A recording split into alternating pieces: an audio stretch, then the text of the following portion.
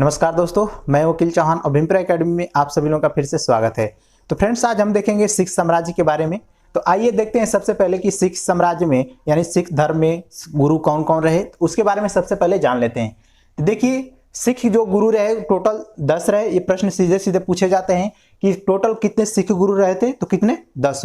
अब देखते हैं पहले जो सिख गुरु थे वो कौन थे। तो पहले सिख गुरु थे गुरु नानक, जो 1469 से लेकर के 1539 ईस्वी तक रहते हैं। उसके बाद है गुरु अंगद, जो 1539 से लेकर के 1552 ईस्वी तक। उसके बाद गुरु अमरदास हैं, जो 1552 से लेकर के 1574 ईस्वी तक। उसके बाद गुरु रामदास, जो 1574 से लेकर 1581 ईस्वी तक रहते हैं। फिर अगला देखते हैं 5वें नंबर पर जो आते हैं गुरु अर्जुन देव, जो 1581 से लेकर के 1606 ईस्वी तक रहते हैं। फिर 6वें नंबर पर है गोविंद, जो 1606 ईस्वी से लेकर 1644 ईस्वी तक रहते हैं। फिर अगला है गुरु हरराय, जो 1644 से लेकर के 1661 ईस्वी तक रहते हैं। फिर 8वें नंबर पर है गुरु हरकिशन, जो 1661 से लेकर 1664 ईस्वी तक रहते हैं। फिर है 9वें गुरु जो है गुरु तेज बहादुर, जो 1664 ईस्वी से लेकर 1675 ईस्वी तक रहते हैं। और जो 10वें गुरु थे, अंतिम गुरु गुरु गोविंद सिंह थे, जो 1675 से लेकर 1708 ईस्वी रहते हैं। तो ये थे फ्रेंड्स क्या हमारे जो 10 गुरु थे। ये क्या होता है, मिलान करने के लिए दे देता है कि पहले गुरु कौन थे, दूसरे कौन थे या अंतिम गुरु कौन थे। तो ये आप लोग याद रखिएगा। अब चलिए इनके बारे में एक एक लोगों के बारे में जानकारी ले लेते हैं। तो सबसे पहले देखते हैं गुरु नानक के बारे में, जो 1469 से लेकर 1539 ईस्वी तक रहते हैं। तो गुरु नानक को माना जाता है कि जो सिख धर्म था, जो सिख धर्म के जो संस्थापक माने जाते हैं, वो कौन माने जाते हैं भाई, गुरु नानक माने जाते हैं। तो सबसे पहला हमारा प्रश्न यही बनता है कि सिख धर्म के संस्थापक कौन थे, तो गुरु नानक थे। अब आइए देखते हैं कि गुरु नानक जी का जन्म कब और कहां कैसे हुआ था। तो सबसे पहले देखते हैं कि गुरु नानक जी का जन्म कब हुआ था। तो 15 अप्रैल 1469 ईस्वी में कार्तिक पूर्णिमा के दिन हुआ था। सीधे सीधे आपसे प्रश्न पूछे जाते हैं कि गुरु नानक का जन्म कब हुआ था। तो 15 अप्रैल 1469 ईस्वी में कार्तिक पूर्णिमा के दिन हुआ था। फिर अगला प्रश्न बनता है कि गुरु नानक का जन्म कहां पर हुआ था। तो रावी नदी के तट पर हुआ था। अगर नदी की बात पूछी जाती है कि गुरु नानक जी का जन्म किस नदी के किनारे हुआ था या किस नदी के हुआ था, तो कहां हुआ था भाई, रावी नदी के तट पर हुआ था। फिर अगला प्रश्न बनता है कि गुरु नानक जी का जन्म कहां स्थान पर अगर पूछा जाए, तो ननकाना साहिब के तलवंडी नामक स्थान पर हुआ था। ये वर्तमान में कहां पर है, पाकिस्तान में है वर्तमान में। तो ये जो तलवंडी है ये कहां पर स्थित है भाई, रावी नदी के तट पर स्थित है। इसलिए अगर नदी की बात पूछी जाए तो किस नदी के किनारे हुआ था, तो रावी नदी। और स्थान अगर पूछा जाए तो ननकाना साहिब के तलवंडी नामक स्थान पर हुआ था। अगर गुरु नानक के कुल की बात की जाए यानी किस वंश के थे, तो किस कुल के थे भाई, खत्री कुल के थे। यानी गुरु नानक किस कुल के थे, तो किस कुल के थे भाई, खत्री कुल के थे। तो सीधे सीधे यहां से आपके 4 प्रश्न बनते हैं कि गुरु नानक जी का जन्म कब हुआ था, किस नदी के किनारे हुआ था, उसके बाद कहां पर स्थान अगर पूछता है, और किस कुल में हुआ था। तो ये 4 प्रश्न आप लोग याद रखिएगा। फिर आगे देखते हैं कि गुरु नानक जी के अगर पिताजी की बात की जाए, तो गुरु नानक जी के पिताजी का नाम क्या था, कालू जी मेहता। इनको कल्याण चंद भी कहा जाता था। अगर वहीं माता की बात की जाए तो माता का नाम तृप्ता देवी था। अब देखते हैं गुरु नानक जी की पत्नी का नाम क्या था।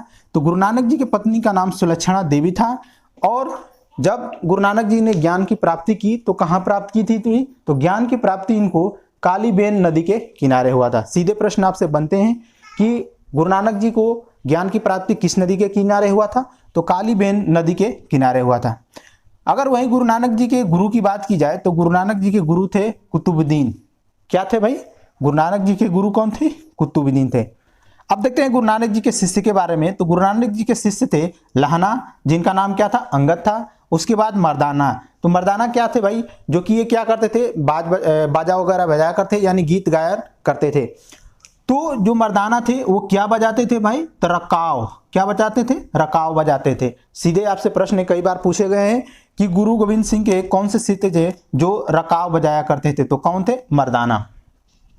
अब देखते हैं कि गुरु नानक जी किसके समकालीन रहे। तो गुरु नानक जी इब्राहिम लोदी, सिकंदर लोदी, बाबर के समकालीन थे। सीधे आपसे प्रश्न पूछ लिए जाते हैं कि गुरु नानक किसके समकालीन थे, तो किसके समकालीन थे भाई, इब्राहिम लोदी, सिकंदर लोदी और बाबर के समकालीन थे।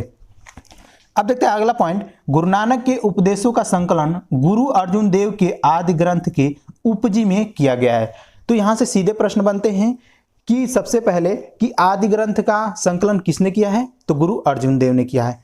फिर ये प्रश्न बनते हैं कि गुरु नानक के उपदेशों का संकलन किसमें किया गया है भाई, तो उपजी में किया गया है। ये उपजी जो कि आदि ग्रंथ के ही एक पार्ट हैं। अब देखते हैं अगला पॉइंट, गुरु नानक पुनर्जनन एवं कर्म सिद्धांत पर विश्वास रखते थे। यानी गुरु नानक जी का मानना यह था कि हम अगर अच्छे कर्म करते हैं तो हमारा क्या होगा, पुनर्जन्म फिर से हो सकता है। नेक्स्ट देखते हैं, गुरु नानक जी की मृत्यु 22 सितंबर 1539 को करतारपुर में हुई थी। ये ध्यान में रखिएगा कि गुरु नानक की मृत्यु कहां हुई थी, करतारपुर में। कब, 22 सितंबर 1539 ईस्वी को हुआ था। अब देखते हैं गुरु नानक के जो उत्तराधिकारी रहे, यानी गुरु नानक के बाद अगले गुरु कौन बने, तो कौन बने भाई, लहना। लहना का ही कि हम क्या कह रहे हैं, अंगद, यानी लहना का नाम ही क्या था, अंगद था। अब देखते हैं दूसरे गुरु यानी गुरु अंगद के बारे में। तो गुरु अंगद जो कि 1539 से लेकर के 1552 ईस्वी तक क्या थे भाई, गुरु रहे। अब देखते हैं इसके बारे में, गुरु अंगद के बारे में 2-4 पॉइंट है, उसको देख लेते हैं। तो इसमें सबसे पहला पॉइंट है, गुरुमुखी लिपि का जनक कौन थे भाई, गुरु अंगद थे। सीधे सीधे प्रश्न पूछे जाते हैं आपसे कि गुरुमुखी लिपि की शुरुआत किसने किया था, तो गुरु अंगद ने किया था।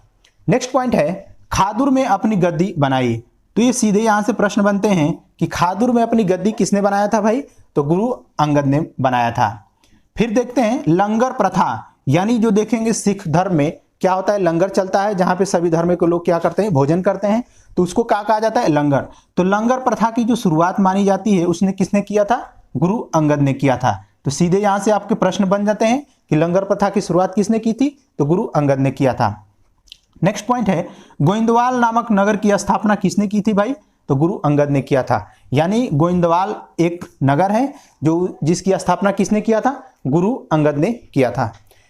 नेक्स्ट पॉइंट देखते हैं, बिलग्राम के युद्ध में शेर शाह से परास्त हुमायूं ने पंजाब में गुरु अंगद से मिला था। तो यहां से सीधे आपसे प्रश्न बन जाते हैं कि हुमायूं गुरु अंगद से कहां मिला था। हुमायूं गुरु अंगद से कहां मिला था, तो पंजाब में मिला था। बिलग्राम का जब युद्ध हुआ था, बिलग्राम के युद्ध में क्या हुआ था भाई, शेर शाह सूरी ने हुमायूं को परास्त कर दिया था। तो हुमायूं जब पंजाब जाता है तो वहीं पंजाब में ही क्या करता है, गुरु अंगद से मिलता है। तो ये तो फ्रेंड्स थे हमारे क्या, जो सिख धर्म के 2 गुरु रहे इनके बारे में। अब अगले गुरु के बारे में हम अगले वीडियो में पढ़ेंगे। अगर ये वीडियो अच्छा लगा होगा तो लाइक कर दीजिएगा, शेयर कर दीजिएगा, और जो लोग चैनल को सब्सक्राइब नहीं किए हैं चैनल को सब्सक्राइब कर लीजिएगा। मिलते हैं नेक्स्ट वीडियो में, तब तक के लिए बाय बाय।